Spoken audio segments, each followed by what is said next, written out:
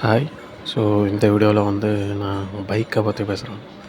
So எல்லாருக்குமே சின்ன வயசுலேருந்து நம்மளுக்குன்னு ஒரு பைக்கு இருக்கணுன்ட்டு ரொம்ப ஆசையாக இருக்கும். எல்லாருக்குமே அவங்க வீட்டில் இல்லை பக்கத்து வீட்டில் யாராச்சும் ஒரு பைக் வச்சுருப்பாங்க. இது பார்க்கும்போது நம்மளுக்குன்னு ஒரு பைக் இருந்தால் நல்லா இருக்கணும் இது பண்ணும். என் வீட்டில் எங்கள் அப்பாவுக்கு பைக் கிடையாது. இது வரைக்குமே வந்து சைக்கிள் தான் வச்சுருக்காங்க.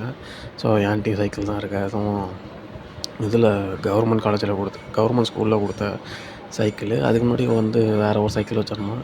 அது கொஞ்சம் சின்னதாக இருக்கும். அதுக்கப்புறம் இந்த சைக்கிள் வந்ததுக்கப்புறம் இது மாறிட்டோம். ஸோ எல்லாருக்குமே வந்து நம்மளுக்குன்னு ஒரு பைக் இருந்தால் நல்லா இருக்கும்னு தோணும். எல்லா இடத்துக்கும் ஈஸியாக போயிடலாம். சைக்கிள் ஓட்டுறவங்களுக்கு தான் அந்த கஷ்டம் தெரியும். நான் காலேஜ் படிக்கிற வரைக்குமே இப்போ வரைக்குமே சைக்கிள் தான் இருக்குது. இப்போ யூஸ் பண்ணுறது கிடையாது. காலேஜ் படிக்கும் போதெல்லாம் சாயந்தரம் சைக்கிளில் மிதிச்சுக்கிட்டு வருவோம். எதிர்காற்று அவ்வளோ அடிக்கும். நானும் என் ஃப்ரெண்டு பேசிக்கிட்டு அப்படியே வருவோம். ஸோ அப்போலாம் பைக் இருந்தால் நிறையா பேர் காலேஜுக்கு பைக் எடுத்துகிட்டு வருவாங்க. ஸ்கூட்டிலாம் எடுத்துகிட்டு வருவாங்க. ராயல் என்ஃபீல்ட்லாம் எடுத்துகிட்டு வருவாங்க. அந்த ஸ்ட்ரீட்லேயே காலேஜ் இருக்கும். அதுக்கு எதித்தாப்புலேயே ஒரு ஸ்ட்ரீட்டு. அதிலலாம் ஆர்எக்ஸ் சென்டர் வச்சுக்கிட்டு இது வச்சுக்கிட்டு போகிறலாம் சவுண்டு செம்மையாக கிளாஸ்லேயும் நல்லா கேட்கும். ஸோ அதை மாதிரிலாம் இது பண்ணும்போது நம்மளுக்குன்னு ஒரு பைக் வேணுமே அப்படின்ட்டு ஆசையாக இருக்கும். எனக்கு வந்து சின்ன வயசில் வந்து ராயல் என்ஃபீல்டு வாங்கணும். ஏன்னா வந்து குண்டாக இருக்க பசங்களுக்கெல்லாம் அது வந்து செட் ஆகுன்ட்டு நிறைய பேர் சொன்னாங்க. ஃப்ரெண்ட்ஸ்லாம் சொல்லுவாங்க, உனக்கெல்லாம் ராயல் என்ஃபீல்டு செட் ஆகும்டா அப்படின்ட்டு. ஸோ எனக்கு வந்து அது மாதிரி ஒன்று வாங்கணும். நல்லா சத்தமாக வச்சுக்கிட்டு ஓட்டணும், அது மாதிரி ஒரு ஆசை. அதுக்கப்புறம் வந்து ஏதோ ஒரு ரீல்ஸ்லேயோ அதுலேயோ பார்த்தேன். ஹார்லி டேவிட்சன் அது வந்து இன்னும் நல்லா சவுண்டாக இருந்துச்சு. நல்லா இரும்பை போட்டு அடிக்கிற மாதிரி சவுண்டு வந்துச்சு. அதுக்கப்புறம் சரி அதை மாதிரி ஒன்று வாங்குவோம் அப்படின்ட்டு ஒரு ஆசை. நல்லா இதை விட நல்லா சத்தமாக இருக்கும் அப்படின்ட்டு. ஆனால் நடுவில் பார்த்தா ஒரு 1-2 வருஷமாக அந்த சவுண்டான வண்டி மேலே இருக்க ஆசையே வந்து போய் ஒரு மாதிரி எரிச்சலாகிடுச்சு. ஏன் இப்படி சொல்கிறேன்னா, என் ஸ்ட்ரீட்லேயே வந்து 2 பேர் வந்து ஒருத்தர் வந்து ராயல் என்ஃபீல்டு வச்சுருக்காரு. இன்னொருத்தர் வந்து ஆர்எக்ஸ் 100. ஸோ இவங்க 2 பேரும் பண்ணுற அட்டூழியத்தாலேயே எனக்கு அந்த சவுண்டு அது மேலே இருக்க ஆசையே போயிடுச்சு. நல்லா வச்சுக்கிட்டு எங்கள் வீட்டு முன்னாடி வச்சுக்கிட்டு தான் நல்லா வீட்டு முன்னாடி தான் நிப்பாட்டுவாங்க. 2 பேருமே எதித்த வீடு தான். ஒருத்தர் ஓனரு, இன்னொருத்தர் வந்து அவங்க அண்ணன் பட்றையில் வேலை செய்கிறவர். ஸோ இது மாதிரி அவங்க 2 பேரும் வச்சுருக்காங்க. ஸோ என் வீட்டு முன்னாடி தான் வச்சுக்கிட்டு ஸ்டார்ட் பண்ணும்போது ரைஸ் பண்ணும்போதெல்லாம் நம்மளுக்கு வந்து கடுப்பாக இருக்கும். ஏன்னா பண்ணுற டைம்லாம் பார்த்தா காலைல ஸ்கூல் கிளம்புறது அந்த மாதிரி டைமில் அப்போ தான் நான் வேலை ஸ்டார்ட் பண்ணுவேன். அவர் வந்து அவர் பிள்ளைய கூப்பிட்டு போகிறா. அப்போ வந்து நம்மளுக்கு எடுத்தோடனே வந்து ஒரு மாதிரி டிஸ்டர்பன்ஸாக இருக்கும். அதுக்கப்புறம் மத்தியானம் ஒரு 3 மணி போல் எங்கள் அப்பாலாம் அப்போ தான் வந்து சாப்பிட்டுட்டு நல்லா நிம்மதியாக தூங்குவார். அப்போ தான் அவர் வந்து அந்த பைக் வச்சுருக்கவர் வந்து சாப்பிட வருவார். அப்போ எங்கள் அப்பாவுக்கு வந்து சின்னதாக நம்ம இப்போ நடக்கிறோம், ஏதாச்சும் டக்குன்னு இடிச்சிட்டாலே டக்குன்னு ஒரு மாதிரி ஷாக் ஆகிற மாதிரி டக்குன்னு ஏஞ்சிருவார். அவர் கொஞ்சம் வீக்கான பாடி. இதை மாதிரிலாம் பைக்கில் வேகமாக வரும்போது அந்த இதெல்லாம் கேட்டால் டக்குன்னு ஏஞ்சிருவார். அவர் தூங்குறதே வந்து ஒரு மணி நேரம் ரெஸ்ட் எடுத்துகிட்டு. ஏன்னா அவர் பார்க்குற வேலை வந்து கொஞ்சம் சுத்தியலெல்லாம் அடிக்கிற மாதிரியான வேலை. ஸோ அது அப்போது ஒரு 1 மணி நேரம் ரெஸ்ட் எடுக்க அது கூட நிம்மதியாக எடுக்க முடியாமல் அந்த பைக்கில் வர்றதுனால அப்படி இருக்கும். அதே மாதிரி தான் நைட்டு தூங்க போகும்போது 11 மணிக்கு தான் அவர் வீட்டுக்கு வருவார்.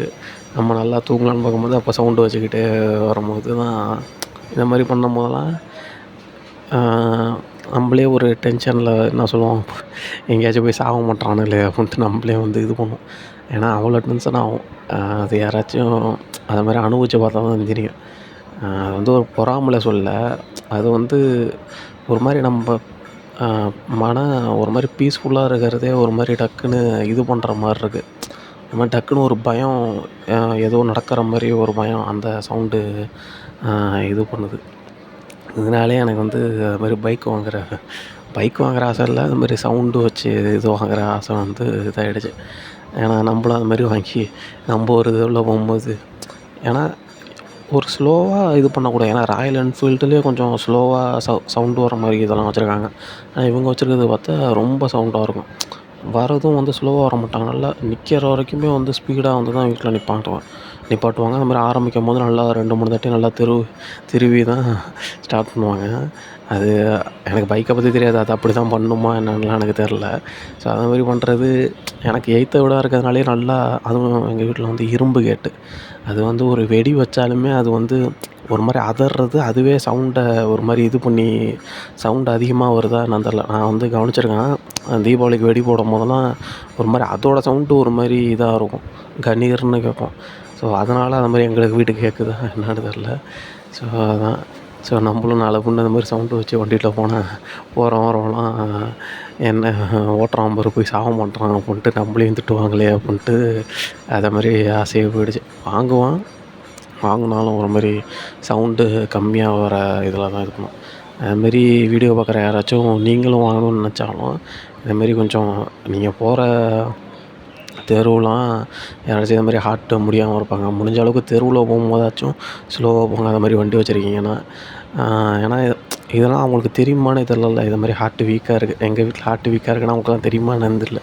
போய் சொல்கிறதுக்கும் அது கொஞ்சம் பயம்தான். பேச்சு ஏதாச்சும் வேறு மாதிரி போயிடுமா அப்படின்ட்டு. ஏன்னா அவங்களாம் கொஞ்சம் இது மாதிரி கொஞ்சம் டேஞ்சரு. அது மாதிரி சொன்னால் கேட்டுப்பாங்களா என்னன்னு தெரில. போய் சொல்கிறதுக்கே பயம் நம்மளுக்கு.